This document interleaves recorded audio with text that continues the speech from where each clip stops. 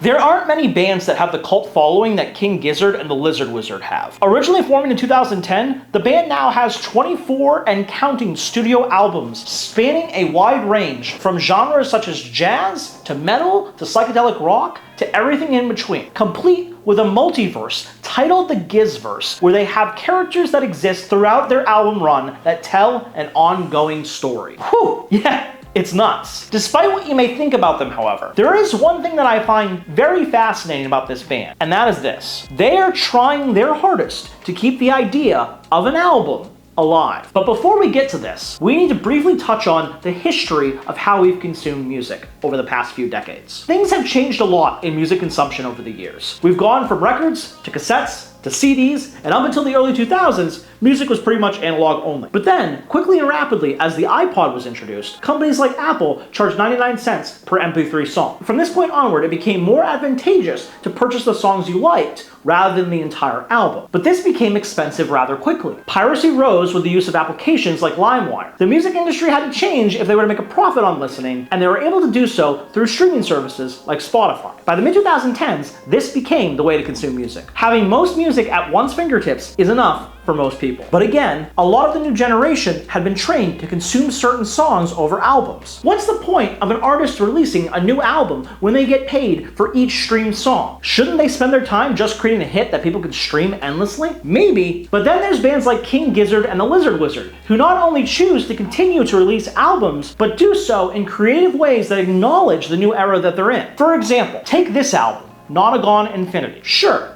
the album looks like some sort of evil little shape where you can summon demons from, but the meaning of the album itself is much more simplistic than that. The concept of this album is that it consists of 9 different tracks that you can play infinitely. Yes, that means if you put this album on loop, it will continue to play from track to track perfectly, from beginning to end, back to the beginning. Now I know, most of the time after I listen to an album, I like to switch it up. But the fact that this band has created an album to match the way that we listen to a song in this new era, ad infinitum, is almost to the point of being a joke. Is it supposed to be a commentary? Just an idea of something that they could do? Who knows? But it is intriguing. And if that's all it was, I probably wouldn't have made a video about it. But there's more to it than that. Throughout this album, this band references many different genres from the album era, which is considered to be from the 50s to 2005. We get tastes of heavy metal, blues, rock, fusion, jazz, and even some Afro rhythms. Of course, like I mentioned before, the band likes doing this, not just across an album, but across multiple albums, choosing to never sound the same. And I argue that this is on purpose, not just because they get bored and like to switch it up. On platforms like Spotify, we, as music listeners, have access to so much more music than we used to. And King Gizzard and the Lizard Wizard knows this. Because we have a great variety of choice, the band has decided to follow a different path by being a concept. And the concept is this. What if they were the catch-all band that you listen to? If they encompassed all genres and were a little mix of everything that could be the main band that you listen to, if not the only one? It's like taking a Marvel Cinematic Universe approach to music. If the band creates enough different content for you to get lost in, do you have time to uncover anything else? And for some people this works. They get into the band and the band becomes their mood for everything. I like exploring, as you know, so I need more than just one band. But I do appreciate and respect this band because they allow others to explore different musical tastes and genres without leaving the comfort zone of a similar sound. And that's truly phenomenal and interesting because no other band has tried to have this much range. Do they always nail it? No, they don't. But it's not about that. They understand that the way we consume music is changing, and they want to be there to help herald in a new era. An era where there are thousands of choices and analysis paralysis is a real thing. This album and band, by extension, offers you an option to explore in the shallow end of the pool without wading out to the deep end until you're ready. For a lot of people who may have not had the time to be able to dive into hundreds of albums of music, this is a good start. But what about you? What do you think? Do you think they're trying to use different tactics to stay relevant in this new musical landscape? I've only listened to a few albums in their discography, but if you're a fan, are there any others that I should check out? What are your favorites? Or maybe you detest this band. If so, why? Tell me in the comments below. Thanks for watching. If you enjoyed this video, please like and subscribe. You can support me monetarily as well through my Patreon in the description below. I can't keep doing this without your help and support. I hope this helps. I love you all.